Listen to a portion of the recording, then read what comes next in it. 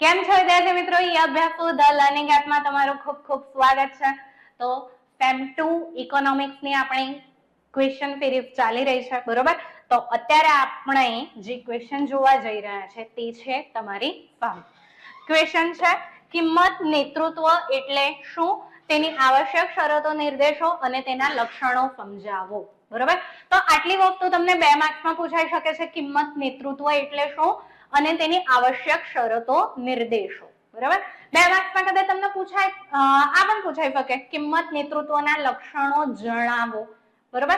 તો in case આમાંથી તમને 2 માર્ક્સમાં પૂછાય તો પણ આપણને લખતા આવડશે, લોંગ ક્વેશ્ચનમાં પૂછાય તો પણ આપણને લખતા આવડશે, ટૂંક નોટમાં પૂછાય તો પણ આવડશે. બરોબર? ચાલો ક્વેશ્ચન સમજી લઈએ. સૌપ્રથમ તો જોઈએ કે કિંમત નેતૃત્વ એટલે શું. કિંમત નેતૃત્વ એટલે શું? તો ભાવ યુદ્ધ કર્યા વિના માંગની બદલાતી સ્થિતિ સાથે અનુરૂપ થવાનો માંગ. સિમ્પલ શબ્દમાં તમને કહું, નેતૃત્વ એટલે શું? જે નેતૃત્વ કરે છે એક સંઘનું, બરોબર? નેતાગીરી. ઠીક. અહીંયા 2 શબ્દ કયા છે? કિંમત નેતૃત્વ. તો અહીં પણ નેતાગીરી જ કરવાની છે, પણ કઈ બાબતે?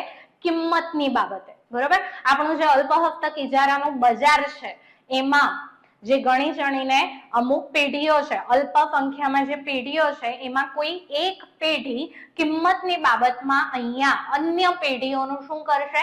નેતૃત્વ કરશે. બરોબર? એટલે કે એ જે કિંમત રાખશે અન્ય પેઢીઓ પણ એટલી રાખશે. એટલે કિંમત નેતૃત્વ. બરોબર? હવે અહીં આપણને શું કહેવામાં આવ્યું છે? કિંમત નેતૃત્વ ભાવ યુદ્ધ કર્યા વિના. આગલા ક્વેશ્ચનમાં આપણે સમજી ગયા કે માન્યતા શું છે. અલ્પહસ્તક ઇજારામાં શું માન્યતા છે કે ભાઈ આપણે જો ભાવ વધારીએ તો અન્ય પેઢી ચૂપચાપ બેસી રહેશે. બરોબર? એ લોકો એમના ભાવમાં કોઈ ફેરફાર કરશે નહીં. છેલ્લે નુકસાન કોનું થવાનું? આપણું વેચાણ ઘટશે. બરોબર? અને જો આપણે ભાવ ઘટાડીએ તો સામેવાળી બધી પેઢી પણ ભાવ ઘટાડશે. બરોબર? પછી આપણે હજુ ઘટાડીએ તો એ પણ ઘટાડે, આપણે હજુ ઘટાડે. આ એક જાતનું કેવું જામી ગયું? યુદ્ધ. બરોબર? કિંમતનું યુદ્ધ થઈ ગયું, ભાવ યુદ્ધ.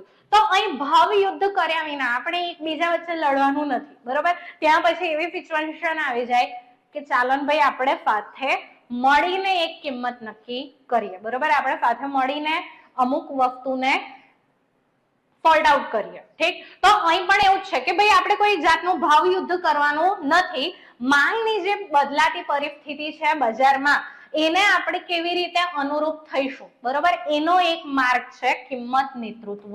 ત્યાં કોઈ એક પેઢી હશે કે એ કિંમતની બાબતમાં અન્ય પેઢીઓને રસ્તો બતાવશે. બરોબર? ચાલો કિંમત નેતૃત્વમાં ઉદ્યોગોમાંની એક પેઢી જે હોય છે એ કિંમત ફેરફારની શું કરે છે? પહેલ કરે છે. કોઈ એક પેઢી પહેલ કરશે કિંમત ફેરફારની, એ વધારો કરશે, પછી બજારમાં શું થાય છે એ જોવામાં આવશે, પછી અન્ય પેઢીઓ પણ વધારો કરશે, એ ભાવમાં ઘટાડો કરશે, પછી થોડાક દિવસ કાં તો થોડાક ટાઈમ પછી અન્ય પેઢીઓ પણ ઘટાડો કરશે. બરોબર? એટલે કે પહેલ કોણ કરે છે? જે પેઢી અહીંયા કિંમતમાં ફેરફાર કરવા માટેની પહેલ કરે છે ને, પહેલી પેઢી જે કિંમત ફેરફાર કરશે તેને અહીંયા કહેવામાં આવે છે કિંમત નેતૃત્વ. બરોબર? તો ઉદ્યોગોમાંની જે એક પેઢી છે કિંમત ફેરફારની પહેલ કરે છે એને આપણે કહીશું કિંમત નેતા. બરોબર? અને જે બાકીની અન્ય પેઢીઓ જે હોય છે, બરોબર, એ કિંમતને અનુસરે છે તો એને આપણે કહીશું તેને અનુસરે છે. બરોબર? તો આ થયું કિંમત નેતૃત્વ એટલે શું. આગળ શું કહેવામાં આવે છે? તેની આવશ્યક શરતો નિર્દેશો. કિંમત નેતૃત્વની કઈ કઈ આવશ્યક શરતો છે? બરોબર? બજારમાં એવા કયા લક્ષણો કાં તો કઈ વસ્તુ હોવી જોઈએ કે જેથી એને આપણે કિંમત નેતૃત્વ કહી શકીશું કાં તો કિંમત નેતૃત્વ થઈ શકે. એને અલગ રીતે તમને આ રીતે પણ પૂછાઈ શકે, કિંમત નેતા તરીકેની પેઢીની લાયકાતો. કોઈ પેઢીને કિંમત નેતા જો થવું હોય તો એનામાં કઈ કઈ લાયકાતો, કયા કયા લક્ષણો હોવા જોઈએ? તો સૌપ્રથમ તો નીચું ઉત્પાદન ખર્ચ અને પૂરતી નાણાકીય અનામતો હોવી જોઈએ. બરોબર? એનો જે ઉત્પાદન ખર્ચ છે, ઉત્પાદન શક્તિ જે છે એમાં એને લાભ હોવો જોઈએ. ઓછામાં ઓછો ઉત્પાદન ખર્ચ કરવા માટે સક્ષમ છે, ઉત્પાદન શક્તિ એની સારી છે, ઘણું બધું ઉત્પાદન કરી શકે છે. બરોબર? તો નીચું ઉત્પાદન ખર્ચ હોવો જોઈએ, પૂરતી નાણાકીય અનામતો હોવી જોઈએ. આગલા જ ક્વેશ્ચનમાં આપણે જોયું કે ભાઈ જો આપણે કિંમતમાં ઘટાડો કરીશું, કિંમતમાં વધારો કરીશું તો અન્ય પેઢી તો કિંમતમાં વધારો કરતી નથી, એ લોકો તો ચૂપચાપ બેસી રહે છે. તો છેલ્લે આપણું વેચાણ ઘટે. હવે આપણું વેચાણ ઘટે તો ખોટ બી તો સહન કરવી પડે કે નહીં, બરોબર? તો એના પાસે એ ખોટ સહન કરવા માટે પૂરતી નાણાકીય સાધન અનામતો હોવી જોઈએ, બરોબર? બીજું લક્ષણ શું છે? બજારનો ગણના પાત્ર હિસ્સો એની પાસે હોવો જોઈએ. ઓફકોર્સ ભાઈ, નેતાગીરી કોણ કરશે? જેનો દબદબો સારો હોય, બરોબર? તો એ જ ટાઈપનો અહીંયા કે એ પેઢી પાસે બજારનો ગણના પાત્ર સારો એવો હિસ્સો હોવો જોઈએ, બરોબર? ચાલો, ત્યારબાદ ત્રીજું, કિંમત અંગેના યોગ્ય નિર્ણયો લેવાની એની પાસે પ્રતિષ્ઠા હોવી જોઈએ. આપણે કોઈ પણ વસ્તુ, બરોબર, એ નેતાના હાથમાં ક્યારે આપીશું? જ્યારે આપણને વિશ્વાસ હોય કે હા ભાઈ, આ નિર્ણયો સારા લેશે, બરોબર? આનામાં આવડત છે નિર્ણયો લેવાની, સારા નિર્ણયો, સાચા નિર્ણયો લેવાની આવડત છે, બરોબર? તો એ જ ટાઈપનું અહીંયા કે કિંમત અંગેના યોગ્ય નિર્ણયો લેવાની એની પાસે પ્રતિષ્ઠા હોવી જોઈએ. તો જ તો અન્ય પેઢીઓ એને કિંમત નેતૃત્વ કરવા દેશે, બરોબર? એની પાસે યોગ્ય નિર્ણયો લેવાની તાકાત જ નથી, એનામાં કોઈ આવડત નથી, તો પછી કેમ એના હાથ? અભ્યાસ લર્નિંગ એપ પર આપ સૌ વિદ્યાર્થી મિત્રોનું હાર્દિક સ્વાગત કરું છું. સ્ટુડન્ટ એફવાય બીકોમ પછી હવે તમે એસવાય બીકોમ માં પ્રવેશ કરશો અને એસવાય બીકોમ માં પણ આપણે એફવાય બીકોમ ની જેમ જ ઓનલાઈન અભ્યાસ કરાવીએ છીએ. આપણા જે વિડિયો લેક્ચર છે, વિડિયો લેક્ચર જોઈને ઘણા બધા એવા વિદ્યાર્થીઓ છે જેમણે કોલેજમાં પણ ટોપ કરેલું છે. હું વાત કરું એસવાય બીકોમ, તો એસવાય બીકોમ માં પણ ઘણા બધા આપણા વિદ્યાર્થીઓ છે કે જે યુનિવર્સિટીમાં ટોપ કરેલું છે. ટીવાય બીકોમ ની પણ વાત કરું તો ટીવાય બીકોમ માં એકાઉન્ટમાં જો યુનિવર્સિટીમાં જે હાઈએસ્ટ માર્ક્સ આવે છે એ પણ ઈ અભ્યાસોમાંથી આવેલા છે. અને એમકોમ ની વાત કરું તો એમકોમ માં એમકોમ સેમિસ્ટર 4 માં 3 એકાઉન્ટ આવે છે, એકાઉન્ટ 10, 11 અને 12. તો ત્રણ એકાઉન્ટમાં યુનિવર્સિટીમાં ઈ અભ્યાસોના વિદ્યાર્થીઓએ ટોપ કરેલું છે. એવી જ રીતે એમકોમ ના અલગ અલગ સેમિસ્ટરમાં અને એસવાય બીકોમ અને ટીવાય ના અલગ અલગ સેમિસ્ટરમાં યુનિવર્સિટીમાં આપણા વિદ્યાર્થીઓએ ટોપ કરેલું છે. હવે તમે પણ એવું ઈચ્છતા હોય કે ભાઈ તમારું પણ રિઝલ્ટ સૌથી સારું આવે, તમે પણ યુનિવર્સિટીમાં ટોપ કરો, કોલેજમાં ટોપ કરો, કે તમે પણ ડિસ્ટિંક્શન મેળવવા માંગતા હોય સ્ટુડન્ટ, તો તમે ઈ અભ્યાસો સાથે જોડાઈ શકો છો. અને એસવાય બીકોમ માં સ્ટુડન્ટ તમને વાત કરું તો તમારા એસવાય બીકોમ માં કયા કયા સબ્જેક્ટ આવી શકે છે, તો એસવાય બીકોમ માં તમારો cost account, corporate account, taxation, BA અને ઇકોનોમિક્સ આટલા સબ્જેક્ટ આવે છે. અને એની ફી ની આપણે વાત કરીએ સ્ટુડન્ટ, તો આપણી જે ફી છે એ ફી આપણે રાખેલી છે કોસ્ટ અકાઉન્ટ ની 800 રૂપિયા, કોર્પોરેટ ની 800 રૂપિયા, ટેક્સેશન ની 800 રૂપિયા, બીએ ની 500 રૂપિયા અને ઇકોનોમિક્સ ની 500 રૂપિયા. ટોટલ તમારી ફી થાય છે સ્ટુડન્ટ 3400 રૂપિયા. પરંતુ જો સ્ટુડન્ટ તમે 20/4/2026 પહેલા એડમિશન લો છો, કઈ તારીખ બોલો તો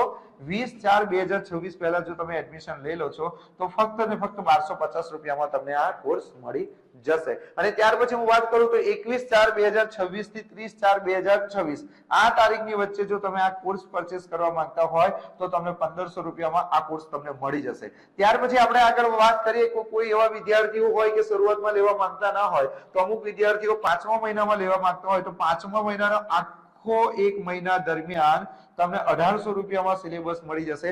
જેમ જેમ તમે લેટ કરશો એમ એમ તમારી ફી વધતી જાય છે. જો ત્યાર પછી 6થા મહિનાની અંદર 6થા મહિનાની પહેલી તારીખથી લઈને 30 તારીખ સુધીમાં પરચેસ કરશો તો 2000 રૂપિયાનો તમારો, અને ત્યાર પછી જો તમે કોર્સ પરચેસ કરો છો તો 3000 રૂપિયાનો કોર્સ થશે. તો હું તમને એવું કહું છું સ્ટુડન્ટ કે વહેલી તકે તમે આ કોર્સને પરચેસ કરો અને અત્યારથી તમે ભણવાનું ચાલુ કરી દો. એટલે એસવાય બીકોમ માં તો 3 એકાઉન્ટ આવતા હોય છે, તેની તૈયારી અત્યારથી જ કરશો તો તમને વધારે બેનિફિટ થશે. અને આપણો આ જે કોર્સ જે છે સ્ટુડન્ટ એની વેલિડિટી 8 મહિનાની છે, બરાબર છે. એ જ રીતે સ્ટુડન્ટ આપણે સ્ટેટ ની વાત કરીએ, સ્ટેટ ક્રેડિટ 4 અને ક્રેડિટ 2, તો આ 700 રૂપિયામાં છે, આ 500 રૂપિયામાં છે, બરાબર છે. એમાં 30/4/2026 પહેલા તમને ખાલી 400 રૂપિયામાં મળશે અને ત્યાર પછી 1/5/2026 પછી 600 રૂપિયાનું મળશે, બરાબર છે. આપણે સ્ટેટ ક્રેડિટ 2 ની વાત કરીએ તો એની ફીસ અત્યારે 500 રૂપિયા છે, પરંતુ જો તમે 30/4/2026 પહેલા પરચેસ કરશો તો તમને 250 રૂપિયામાં જ મળી જશે અને ત્યાર પછી પરચેસ કરશો તો તમને 400 રૂપિયામાં મળી જશે. તો કોઈ પણ વિદ્યાર્થી મિત્રોએ આપણો કોર્સ પરચેસ કરવો હોય સ્ટુડન્ટ તો એના માટે 90 815 99 500 આ નંબર પર તમે ફોન કરીને પરચેસ કરી શકો છો. આપણે આપીશું નેતાગીરી, બરોબર. ચાલો, ત્યારબાદ પહેલ વૃત્તિ હોવી જોઈએ. પહેલ વૃત્તિ, પહેલ કરવું એટલે શું? પહેલું સ્ટેપ લેવું, બરોબર. સૌથી પહેલા જે કામ કરે એને કહેવાય પહેલ વૃત્તિ. તો પહેલ વૃત્તિ એટલે કે અહીંયા આપણે શું કરવાનું છે? ભાવમાં પેઢી શું કરશે? ભાવમાં વધારો કરશે. તો એની પાસે એ પહેલ વૃત્તિ હોવી જોઈએ કે હા ભાઈ, હું પહેલું સ્ટેપ આખા બજારમાં હું સૌથી પહેલા ભાવ વધારી શકું છું, બરોબર. બીજું કે કોઈ પેઢીઓ એવી હોય છે ને કે એની પાસે બજાર હિસ્સો નથી હોતો, પરંતુ એ વસ્તુનો વિકાસ કરે છે, બરોબર. એવી વસ્તુ અત્યાર સુધી બજારમાં આવી જ નથી. સૌ પ્રથમ એ ટાઈપની વસ્તુનો વિકાસ એણે કર્યો છે, બરોબર. ત્યારે એની પાસે કિંમત નેતૃત્વ આવી શકે છે. એમાં પછી બજાર હિસ્સો મહત્વનો નથી. આમાં સૌથી બેસ્ટ એક્ઝામ્પલ જો હોય ને તો જીઓનું છે. જ્યારે એણે 4G સિમ લોન્ચ કર્યા, બરોબર, જ્યારે ફ્રી સિમ કાર્ડ વેચાતા હતા ત્યારે એની પાસે ખાસ એવો બજાર હિસ્સો કઈ હતો નહીં, પરંતુ એણે પહેલ કરી, બરોબર. તો બજાર હિસ્સો નતો. અહીં આપણે લાયકાત જોઈ કે બજારનો ગણનાપાત્ર હિસ્સો હોવો જોઈએ, પરંતુ અહીં પાછું એ નહીં પણ હોય તો ચાલશે, બરોબર. એની પાસે ખાસ બજાર હિસ્સો નતો, પરંતુ એની પહેલ વૃત્તિ હતી, બરોબર, કે સૌ પ્રથમ હું આ વસ્તુ કરી શકું છું. આક્રમક ભાવ નીતિ, બરોબર. હવે આક્રમક ભાવ નીતિમાં શું થાય છે તો ત્યાં એક પેઢી જે છે એની કિંમતમાં ઘટાડો કરે છે. એની કિંમતમાં એવો ઘટાડો કરે છે કે જે અન્ય પેઢી, રૂઢિચુસ્ત પેઢીઓ જે ઓલરેડી બજારમાં છે, બરોબર, ઓલરેડી અન્ય કોઈ પેઢી કિંમતમાં નેતૃત્વ કરી રહી છે એની પાસેથી નેતાગીરી છીનવી લે છે, બરોબર. એ પોતે કિંમત નેતા બની જતો હોય છે. આમાં પણ જીઓનું એક્ઝામ્પલ સેટ થાય છે, બરોબર, કે જીઓએ ડેટાના ભાવ એટલા બધા ઘટાડી દીધા, ઠીક. તો ઓલરેડી જે પ્લેયર્સ હતા, ઓલરેડી જે કિંમતની બાબતમાં નેતાગીરી કરી શકે એવા હતા, હવે કિંમત નેતૃત્વ કોના હાથમાં આવી ગયું? જીઓના હાથમાં, બરોબર. એણે ડેટાના ભાવ ઘટાડી દીધા. બીજા બધા પ્લેયરે જાતે જ સમજીને પોતાના ડેટાના ભાવ ઘટાડી દીધા, બરોબર. તો અહીં કે આક્રમક ભાવ નીતિ દ્વારા જીઓએ કિંમત નેતૃત્વ કર્યું એવું કહેવાય, બરોબર. ચાલો ત્યારબાદ હવે અહીંયા જોઈએ આપણે કિંમત નેતૃત્વના લક્ષણો. કિંમત નેતૃત્વના કયા કયા લક્ષણો છે તો થોડા પરંતુ મોટા અને નાટ્યાત્મક ફેરફારો. કિંમત નેતા જે છે એ થોડા ફેરફારો કરે છે પરંતુ મોટા અને નાટ્યાત્મક. અવારનવાર ફેરફાર કરવાનું ટાળે છે, બરોબર. વારે ઘડીએ ફેરફાર કર્યા કરશે. જો કિંમત નેતા વારે ઘડીએ કિંમતમાં ફેરફાર કર્યા કરશે તો બીજી બધી પેઢીઓ હેરાન થઈ જશે. આ શું થોડી વારમાં વધારે છે, થોડી વારમાં ઘટાડે છે, ને આટલી બધી વાર કિંમતમાં ફેરફાર કર્યા કરે તો કંટાળી જશે, બરોબર. અન્ય પેઢીઓમાં ગુસ્સો આવશે, ઠીક. તો અવારનવાર ફેરફાર નહીં કરે કિંમતમાં, થોડાક જ કરશે પરંતુ મોટા અને નાટ્યાત્મક કે જેનો સારો એવો અસર થાય, બરોબર. બીજું, કિંમત નેતા જે હોય છે ને ફક્ત કિંમત વધારા માટે કિંમત નેતા હોય છે, બરોબર. બજારમાં કિંમતમાં વધારો કરવો છે તો એના માટે કિંમત નેતા, બરોબર. ત્યારે આપણે ઝંડો કોના હાથમાં આપીશું? કિંમત નેતાના હાથમાં. પરંતુ જ્યારે કિંમતમાં ઘટાડો કરવાની વાત આવે તો જેટલી પેઢીઓ છે એમાંથી કોઈ પણ ગમે ત્યારે કિંમત ઘટાડી શકે છે. પછી એ બાબતમાં આ જે કિંમત નેતા છે ને એ કોણ બની જાય છે? અનુસરનાર બની જાય છે, બરોબર. એટલે કે કિંમત નેતા એને ક્યારે એને કિંમત નેતા તરીકે ટ્રીટ કરવામાં આવે છે? ભાઈ પ્રોડક્ટના ભાવ વધારવાના છે, બરોબર, કિંમતમાં આપણે વધારો કરવાનો છે ત્યારે જ કિંમત નેતા હોય છે, બરોબર. ચાલો ત્યારબાદ ત્રીજું, કિંમતમાં ફેરફાર ક્યારે કરવામાં આવે છે તો આ પહેલો મુદ્દો છે, બરોબર. પહેલા આપણે આ વાંચીશું. કિંમત ઘટાડાનો સામનો અનૌપચારિક રાહતો અને છૂટછાટો દ્વારા કરવામાં આવે છે. સત્તાવાર કિંમતમાં ફેરફાર કરવામાં આવતો નથી. ક્યારે? કોના દ્વારા? આ કિંમત નેતાની વાત છે કે બજારમાં જો કિંમતમાં ઘટાડો થઈ ગયો, બરોબર, તો એ કેવી રીતે ટ્રીટ કરે છે? કિંમત નેતા કેવી રીતે ટ્રીટ કરે છે કે અનૌપચારિક રાહતો અને છૂટછાટો. કિંમતમાં એને કોઈ ઘટાડો કર્યો નથી પણ અનૌપચારિક છૂટછાટો ને રાહતો, ડિસ્કાઉન્ટ કરી દીધા, કૂપન કોડ કરી દીધા અને એ ટાઈપના અહીંયા ડિસ્કાઉન્ટ ને એ બધું આપીને, છૂટછાટો આપીને અહીંયા કિંમત ઘટાડે છે, બરોબર. પરંતુ હજુ એને પરમાનન્ટ કોઈ જાતનો ઘટાડો કર્યો નથી કિંમતમાં. સત્તાવાર કિંમતમાં એ ફેરફાર કરતી નથી, બરોબર. બીજો મુદ્દો આવે છે જ્યારે તેને કિંમત તેને લાગે, તેને એટલે કોને? કિંમત નેતાને એવું લાગે કે ભાઈ ખર્ચ અને માંગની હવે આ જે પરિસ્થિતિ છે બજારમાં, હવે આમાં હવે કોઈ ફેરફાર થશે નહીં. ભાઈ જે રહેવાનું તે આજ રહેવાનું છે, આજ પરમનન્ટ સિચ્યુએશન છે, બરોબર. એવું લાગે ત્યારે જઈને એ પરમનન્ટ ફેરફાર કરે છે એના કિંમતમાં, બરોબર. આવેલા ખર્ચ અને માંગની પરિસ્થિતિમાં આવેલા ફેરફારો લાંબા ગાળાના સમય માટે છે એવું લાગે ત્યારે જે કિંમતમાં પછી ઘટાડો કરે છે, ફેરફાર કરે છે, બરોબર. ચાલો ચોથું લક્ષણ, ભાવ યુદ્ધના જોખમો એનામાં વોરી લેવાની તૈયારી હોવી જોઈએ. આ તમને સમજાય છે હવે, બરોબર, કે કેમ આવું કીધું છે, ઠીક. ચાલો ખોટ સહન કરવાની એનામાં તાકાત હોવી જોઈએ. ત્યારબાદ પાંચમું, કિંમત નેતા માંગ અને ખર્ચની ચોકસાઈ પૂર્વકની આગાહી કરવા માટે સક્ષમ હોવો જોઈએ. બરોબર, ચોકસાઈ પૂર્વકની આગાહી કરવા માટે અનુસરનારાઓનું વિશ્વાસનું સંપાદન ત્યારે જ કરી શકશે. બરોબર, કિંમત નેતા જે બજારમાં માંગ છે, એ જે ખર્ચની સ્ટ્રેટેજી છે, બરોબર, તો એની ચોકસાઈ પૂર્વકની આગાહી કરી શકતો હોવો જોઈએ. ત્યારે જ અન્ય પેઢીઓનો એના ઉપર વિશ્વાસ બેસશે. બરોબર, આ જ બાબતના આધારે અનુસરનારાઓનું વિશ્વાસનું સંપાદન કરવું એટલે મેળવવું, વિશ્વાસ મેળવી શકશે. બરોબર, ચાલો ત્યારબાદનું લક્ષણ કયું છે? ઉદ્યોગમાં વસ્તુની ગુણવત્તા સેવામાં તફાવત હોય. એમ તો આપણે ખબર છે કે અલ્પ હસ્તક ઇજારામાં લગભગ સમાન ગુણી વસ્તુ હોય છે. બરોબર, થોડોક 19-20 का ફરક હોતો હોય છે, પરંતુ જ્યારે વસ્તુની ગુણવત્તા સેવામાં તફાવત હોય, ખરેખર આપણને બંનેમાં દેખીતો તફાવત જોવા મળે છે. બરોબર, ત્યારે કિંમત નેતા શું કરે છે? તો કિંમત નેતા પોતે ઊંચી ગુણવત્તા વાળી વસ્તુ પૂરી પાડે છે અને પછી એના માટે હાયર પ્રાઇસ ચાર્જ કરે છે, વધુ કિંમત રાખે છે. બરોબર, ચાલો ત્યારબાદ નેતૃત્વ સ્થપાઈ ગયા પછી શું?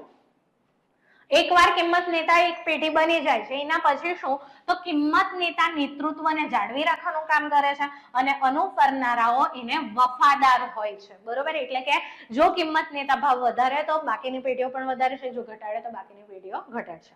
ત્યારબાદ કિંમત નેતા લાંબા ગાળાનું દ્રષ્ટિબિંદુ જોતા હોય છે. બરોબર, ઓફકોર્સ એમને એને નેતા નહીં કીધું, લાંબા ગાળાનું દીર્ઘ દ્રષ્ટિ હોય છે. બરોબર, એ લાંબા ગાળાના લાભ જોતો હોય છે. બરોબર, ટૂંકા ગાળાના લાભ માટે લાંબા ગાળાના લાભ એ જતો કરતો નથી. બરોબર, ટૂંકા ગાળાનો લાભ નહીં મળે ચાલશે, લાંબા ગાળાનો લાભ મળવો જોઈએ. બરોબર, તો પહેલી પ્રેફરન્સ આને હોતી હોય છે.